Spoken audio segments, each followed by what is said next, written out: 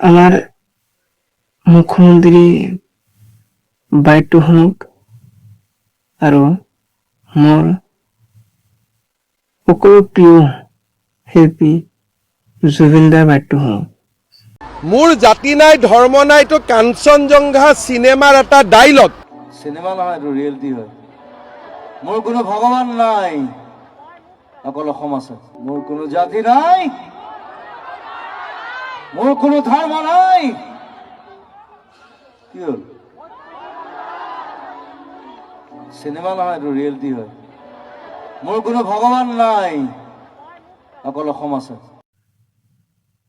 মুখ্যমন্ত্ৰী কি কয়?